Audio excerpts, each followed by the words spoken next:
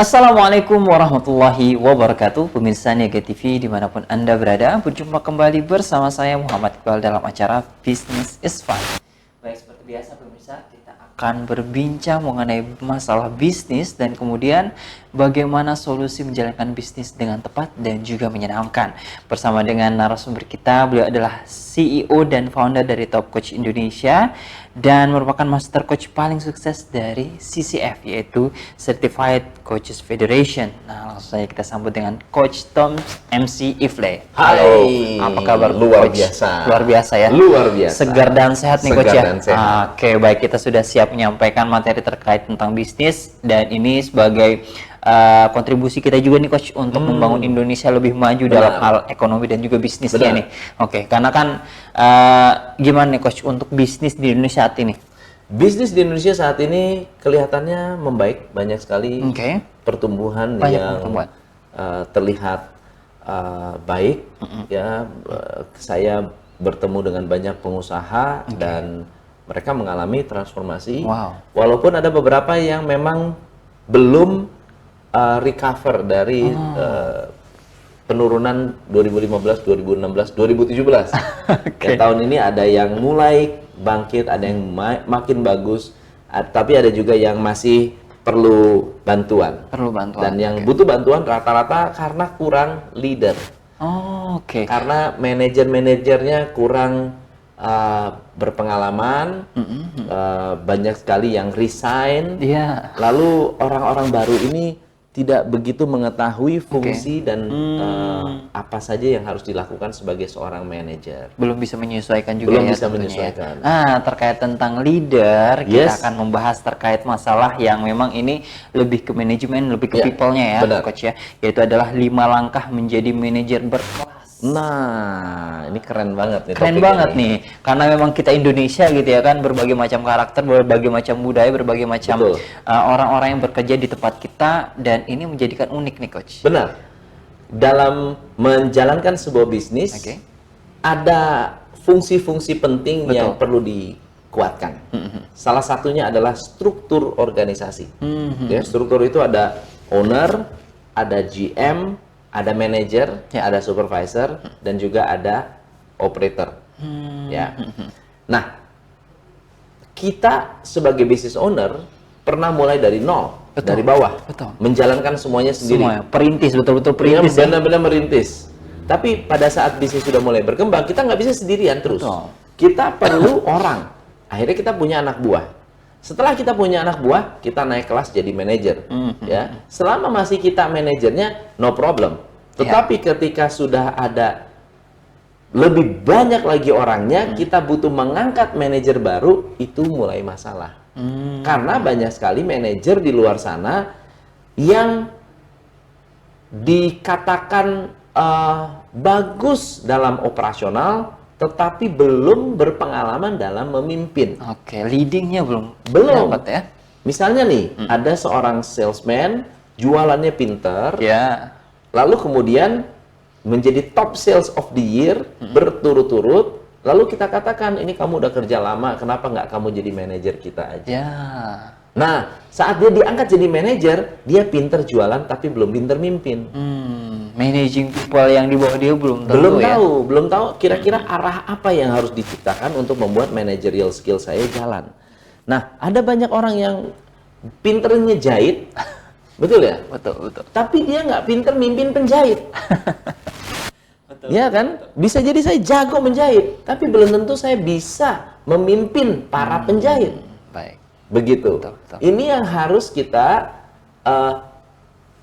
kuatkan. Gitu. Kenapa banyak perusahaan di luar sana yang berat sekali ketika bertumbuh? Karena nggak ada leader yang bisa membantu. Akhirnya business owner turun tangan lagi. Jadi ini skill bukan menjadi salah satu acuan untuk orang bisa menjadi manajer yang bagus. Betul. Untuk itu hari ini kita membahas satu topik, namanya bagaimana caranya membuat Anda menjadi manajer yang berkelas. Ada 5 langkah. Ada 5 langkah. Nah, 5 langkah ini saya berikan langkahnya step by step. Dan filosofi dari langkah-langkah ini Anda akan dapat dengan baik. Langkah yang pertama, ketika Anda memimpin sebuah departemen, tim, Anda harus tahu how to plan. Nah, how to plan. Oke. How to plan artinya kita set goal, kita lihat arah dari perusahaan, Ya. tetapi ada tapinya. Oke. Kita- Seperti apa nih? Artinya? Tapi kita harus tunjukkan cara mencapainya. Nah, banyak orang bikin plan, tetapi dia tidak menunjukkan cara nyampainya. Atau saya bikin goal, oke target 100 miliar. Cara Oke. nyampainya gimana? Nggak tahu. Terserah. Terserah, kamu caranya gimana? Oke. Saya pokoknya nggak mau tahu. Nah, 100 miliar pokoknya. itu akan ditinggalkan oleh banyak orang. Baik, baik, baik. Betul. 100 miliar oke target. Caranya begini. Ya, caranya begini, caranya begini, caranya begini. Kita rencanakan itu semua supaya kita menuju ke titik yang sama. Dengan cara yang memang sudah diadopsi atau misalkan semua paham dan caranya ya. Semua paham dengan caranya. Itu langkah yang kritikal yang bisa dibangun segera. Begitu. Oke, yang itu timnya ada beberapa dari beberapa divisi dengan karakter yang berbeda-beda nih Coach. Benar. Menyampaikannya seperti apa sih? Kata ada yang udah berumur, ada yang masih muda. Ini kan Benar. pemahamannya mereka berbeda-beda nih Coach. Betul. Nah, seperti apa? Nah, ada keuntungan kalau kita memiliki karyawan yang sudah senior. Oke, Mereka tidak perlu diajarkan hal-hal teknis lagi. betul. Ya, anak-anak baru ada keuntungannya. Keuntungannya adalah mereka terbuka untuk Ya. melihat hal-hal baru. Oke. Tetapi yang dibutuhkan oleh mereka adalah leadership. Leadership, di mana butuh orang untuk bertanya, butuh orang untuk memberikan masukan, membutuhkan orang untuk mengajak ngobrol, untuk memberikan brainstorming bersama-sama. Ya. Pendekatan terbaik adalah dengan mengerti nilai-nilai orang tersebut, dengan mengerti motivasi orang tersebut, Oke, lebih ke personal mereka. lebih ke personal. Sehingga ketika saya masuk, misalnya contohnya, pertama kali saya masuk menjadi seorang manajer, nomor satu yang saya lakukan adalah saya ajak ngobrol one on one hampir seluruh karyawan. Seluruh karyawan, Oke. one on one. Screening juga nih bisa Nah, ya. sekalian ngobrol. Oke. Saya mau tahu dia itu siapa, Oke. sudah berapa lama. Seperti interview, tapi sifatnya semi formal. Oke. Kamu di mana sih kerjanya? Udah berapa lama? Visimu apa? Yang kamu suka kerja di sini apa? Kelemahan perusahaan ini apa menurut kamu? Sehingga ketika orang itu merasa didengar, Ya.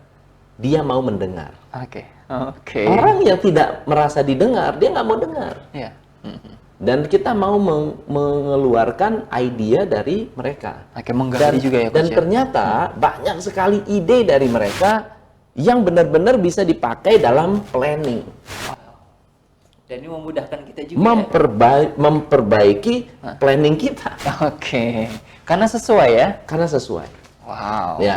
Kita dari planning tadi. Benar. So, fase yang kedua berkaitan dengan planning namanya organizing. Organizing. Ya, organizing itu begini. Saya itu kalau melakukan planning, saya biasanya ngumpulin informasi kan, Ya. informasi, data, ya, strategi, idea dari orang-orang yang dekat dengan saya, dari customer, dari supplier, dari atasan. Sehingga pada saat saya melihat gambaran besar dari planning saya harus menciptakan sebuah strategi untuk mengorganisir karyawan saya supaya mereka mudah mencapai target.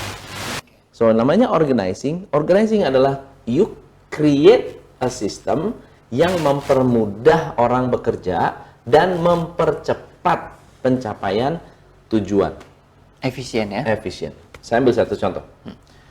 Studio ini kalau tidak diorganize, misalnya lampu tidak ada di atas, kemudian lampunya ada di bawah berserakan, ya.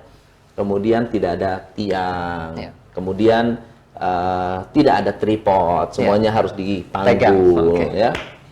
Kemudian tidak ada televisi, hanya pakai satu layar monitor, Oke. tidak ada monitor yang bisa dilihat oleh pembicara dan host. Nah, apa yang terjadi? Maka kita ketika menjalankan segmen ini, hasilnya tidak akan maksimal. Betul. Betul ya? Tapi apa yang dilakukan? Ada seorang lead. Yang kedua, kita mengorganisir database leader yang mengorganize tempat ini sehingga pada saat pembicara datang tinggal jalan. Dan itu mempercepat proses pencapaian hasil. Betul. And that's organizing. Nah, dalam bisnis kita perlu mengorganisir apa saja. Nomor satu, kita harus mengorganisir tempat kerja kita. Tempat kerja, oke. Ya, mengorganisir cara kerja karyawan kita. Itu yang pertama. Database, oke. Kita organize database. Apa sistem yang harus Anda desain supaya database mudah diakses, Oke. Mudah dibaca. dilihat, mudah dibaca, dan mudah dipakai. Oke. Jangan sampai kita kumpul database tapi nggak bisa dilihat, Oke. nggak bisa dipakai. Betul. Oh, sayang, betul ya. Yang ketiga, Anda perlu mengorganize services customer supaya pada saat customer datang, customer tuh merasa Oke. enak gitu loh. Pelayannya rata gitu ya. Asik banget. Oke. Masuknya lewat mana, keliling kemana, keluarnya kemana, yang akan membuat customer benar-benar dilayani. Merasa ini adalah service excellent. Oke. So you have to organize.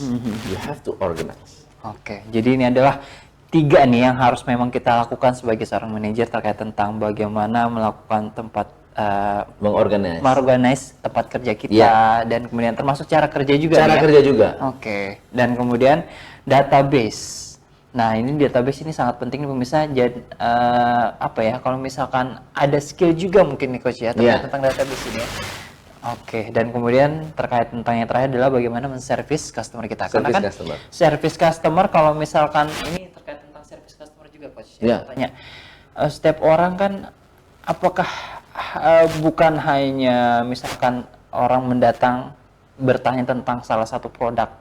Jadi produk ini kan harus dimengerti oleh semua divisi. Apakah ini harus kita canangkan juga nih coach? Maksudnya harus disamaratakan pengertian terkait tentang apa yang kita jual. Benar. Jujur karena kita berpikir tentang organizing, mau nggak mau kita harus memastikan orang mengerti mengapa kita melakukan itu. Mengapa kita men-set lampu seperti ini. Oke. Sistemnya harus seperti Kenapa harus begini? Ya. Kenapa harus dipermudah? Gimana caranya? Jangan sampai pada saat kita sudah organisir seperti ini, karyawan masuk, wah, meja gua kemana? Gitu kan? Bingung ya. Karena tidak ada koordinasi. Nggak ada koordinasi, nggak ada komunikasi. Tapi kalau kita lakukan bersama-sama, kita rencanakan bersama-sama, kita bangun bersama-sama, tidak ada alasan buat mereka untuk mengatakan bahwa saya nggak ngerti. Oke, baik. Nah, boleh dijelaskan dulu nggak, Coach? Staffing seperti apa sih? Jadi, staffing artinya kita harus memastikan bahwa orang yang kita ajak atau kita berikan tanggung jawab benar-benar orang yang tepat untuk melaksanakan tugas. Jadi staffing itu ada 2 hal yang minimum biasanya dilakukan. Yang pertama adalah manpower planning. Manpower planning ya? Betul. Manpower planning. Jadi kita memastikan berapa jumlah manusia yang akan kita butuhkan, ya, manpower planning. Dan yang kedua adalah melakukan penempatan orang. Oke. Saya misalnya nih mau bangun rumah. Nah, saya bangun rumah, tentunya rumah petak dengan rumah 2 lantai, 3 lantai, saya membutuhkan staffing yang berbeda dengan peranan yang berbeda. Nah, menciptakan staffing itu berarti kita butuh manpower planning. Oh, ternyata untuk membangun rumah saya tidak hanya butuh tukang. Kalau misalnya hanya mau bangun satu bangunan yang simple, sederhana, mungkin saya tidak butuh arsitek. Ya, benar. Mungkin saya tidak perlu yang namanya orang electrical. Ya. Mungkin saya tidak butuh yang disebut drafter, ya, engineer. Mungkin nggak perlu. Cukup tukang, gitu. Tapi begitu saya mulai lebih kompleks, saya butuh manpower planning yang lebih serius. Nah, banyak sekali para manajer tidak pernah memikirkan manpower planning ini. Mereka berdasarkan bekerja berdasarkan instruksi atasan. Kalau atasan bilang, kamu cari orang, ya cari orang. Coba kamu kerja. Kamu pecat orang, ya pecat orang. Harusnya dia melakukan manpower planning. Contohnya, kalau saya punya, kemarin kita bahas tentang strategi meningkatkan omset. Dari omset 100 juta untuk mencapai 1 miliar, bagaimana caranya? Dan itu harus diplanningkan, betul ya? Betul. Nah, setelah planning, saya organize. Oke, kita akan melakukan organisir database, organisir tempat kerja, dan mengorganisir bagaimana caranya supaya customer bisa menerima dengan baik. Nah, ternyata setelah kita lihat pemetaan pengorganisasiannya, kita lihat kita butuh ternyata 7 orang. Wow. Kenapa 7 orang? Untuk mencapai 1M. Kenapa 7 orang? Karena dengan segala macam perhitungan, 1 orang nggak muat, 2 orang nggak bisa, 3 orang nggak bisa. Kita sudah punya 3 orang, udah mentok angkanya, hasilnya udah mentok. Leverage-nya untuk membuat omset ini naik, kita membutuhkan lebih dari itu. Lebih dari 3 orang tadi. Untuk supaya orang itu produktif, kita sudah siapkan kerjanya, jobnya, tanggung jawabnya, aturan mainnya, kita sudah siapkan. Termasuk supportnya juga ya? Termasuk support. Support itu berarti apa? Organizing-nya. Itu. Nah, jadi pada saat kita melakukan pemetaan, ternyata saya mau target sekian, saya tidak bisa hanya sekedar dengan 1-2 orang, saya butuh orang ketiga, orang keempat, orang kelima, dan kita harus memahami peranannya.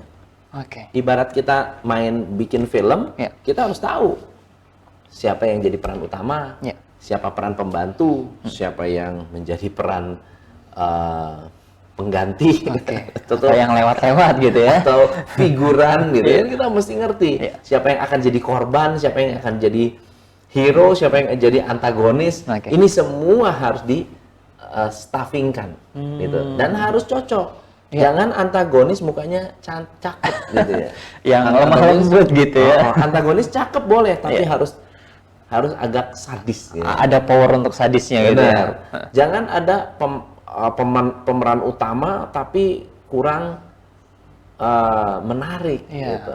Nggak bisa acting, jangan dong gitu. Harus yang pintar acting, yang ekspresinya bagus, dan seterusnya. Nah, ini semua berpengaruh terhadap outcome dan berpengaruh pada saat kita menjalankan sesi yang keempat, yang namanya directing.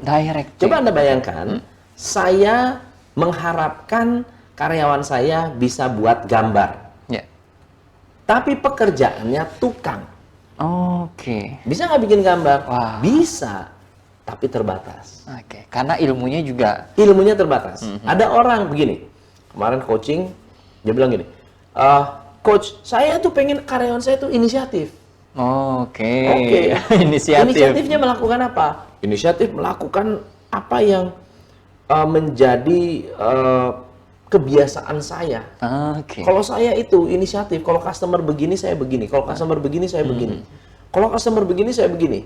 Terus saya tanya, background anak buah bapak apa? Supir. Backgroundnya supir. Pendidikannya apa? Lulusan SD. Bapak lulusan apa? Saya sekolah di Amerika. Lah ya jauh lah.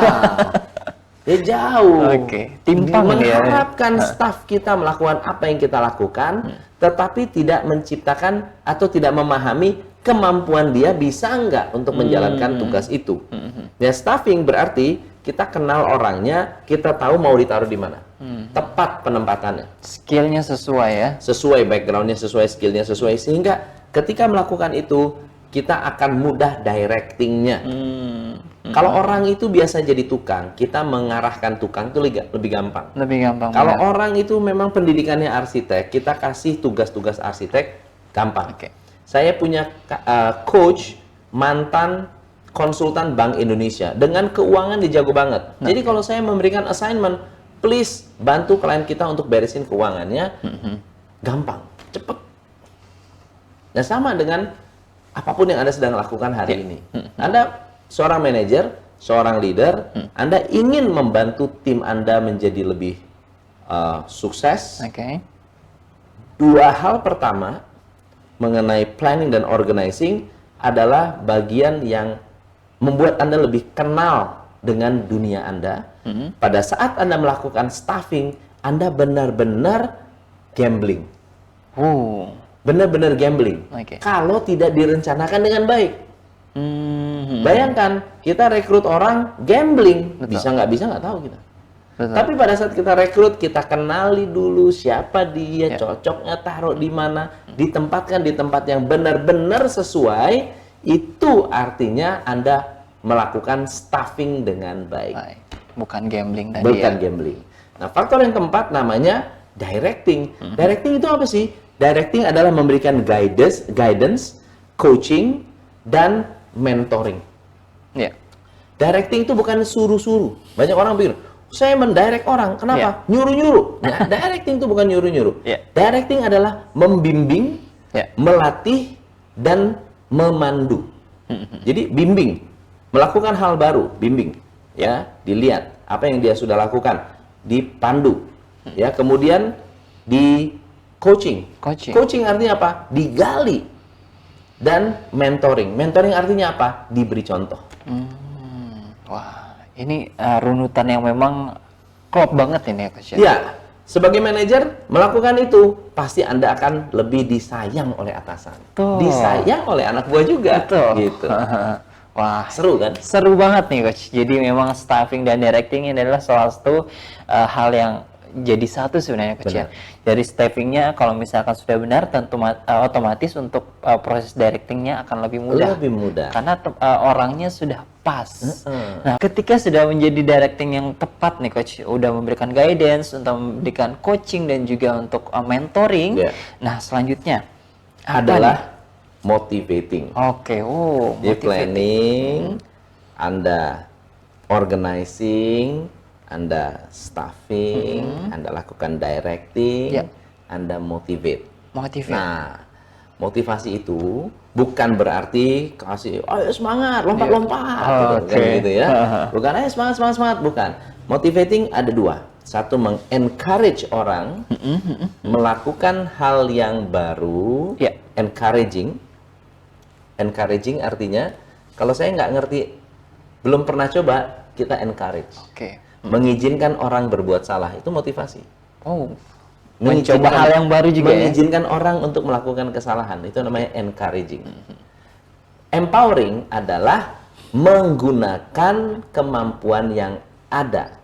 Jadi mengizinkan mereka atau memberikan mereka tenaga, energi untuk melakukan apa yang mereka sudah tahu atau apa yang mereka suka. Empowering. So, motivating itu bukan berarti saya, ayo Iqbal, semangat, ayo lari, semangat. Nggak ada hubungan. Motivating dalam bisnis berarti kita mau karyawan kita berbuat salah. Dan yang jadi masalah adalah banyak sekali manajer yang takut kalau anak buahnya salah. Nah, kita perlu melihat kesalahan-kesalahan apa yang boleh kita toleransi. Ini boleh ditoleransi, ini tidak boleh ditoleransi. Ini jangan dilakukan, ini harus dilakukan. Nah, orang akan senang sekali. Kenapa? Karena dia belajar dan berkembang. Ketika dia belajar, berkembang, orang senang melihatnya, orang senang melakukannya, orang senang berada di bawah Anda. Kenapa? Karena dia nggak hanya terbatas dengan satu bidang saja. Tidak dipatok juga ya? Nggak dipatok. Dulu saya bekerja di sebuah biro perjalanan, saya punya atasan yang menurut saya sangat luar biasa. Dia meng-encourage saya untuk mencoba hal baru. Kamu udah pernah begini belum? Belum. Coba Gi. Coba. Kamu udah pernah jalan ini belum? Belum. Coba. Dikasih kesempatan ya? Kasih kesempatan. Jadi encouraging berarti memberikan kesempatan untuk melakukan sesuatu yang baru, meskipun resikonya dia melakukan kesalahan. Dan kita juga belum tahu ya. Kebanyakan kita gitu, nggak tahu. Nah, masalahnya adalah kalau kita tidak melakukan itu, kalau kita tidak encourage, orang akan terpendam potensinya. Dan mungkin bisa mati juga ya, Coach. Dan dia nggak akan kemana-mana. Nah, yang menarik sekali adalah pada saat kita pernah meng-encourage beberapa orang untuk melakukan satu hal yang baru. Saya nggak sangka ternyata potensinya keluar di sana. Wow. Ya, ada karyawan kita dulunya adalah seorang penerima telepon, resepsionis. Oke. Oke. Saat itu saya lihat ini anak resepsionis, coba bisa nggak dipindah ke bagian lain. Saya minta dia, oke, kamu pindah deh ke sales. Ya, dicoba. Meskipun dia bukan orang sales. Ya. Waktu dicoba, gagal. Nggak bagus. Terus saya ngobrol, kembali ke step ketiga, yaitu staffing. Saya bilang, kamu nih sukanya ngapain sih? Ya. Saya suka syuting film. Oke. Ya, saya suka jalan-jalan, saya suka syuting film, dan saya suka ngedit video. Oh, coba deh kamu bikin satu, coba kamu edit, bikin, bagus nggak? Gitu. Kita Waktu ukur dibikin, ya. ternyata jelek. Hobi, tapi jelek hasilnya. Betul. Akhirnya saya bilang, kamu bener hobi nih, kok jelek hasilnya? Ya itu ya, cuma iseng-iseng doang. Wah, saya bilang, kali ini kamu nggak boleh iseng. Kamu harus pro. Akhirnya saya kirim dia sekolah. Saya minta dia untuk belajar, kirim sekolah, kemudian benar-benar trial and error.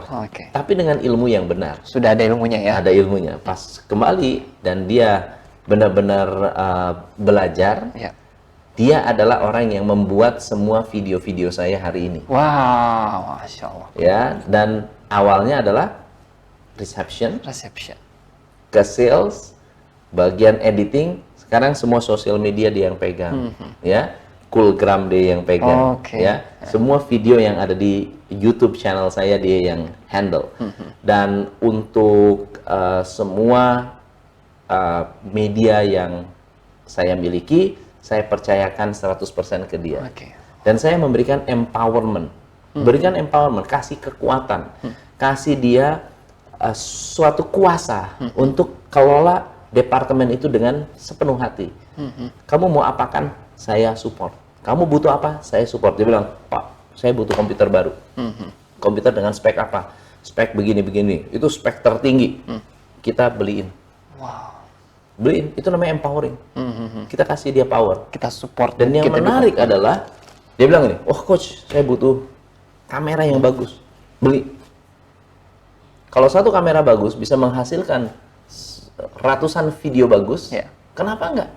Betul ya? Investasi ya? That's investasi, betul ya? Dan pada saat itu, ketika kita lihat, ternyata menarik sekali. By the way, ini sesi keempat ya? Iya. Nah, yang sesi keempat, motivating, didukung oleh dua hal. Controlling, monitoring.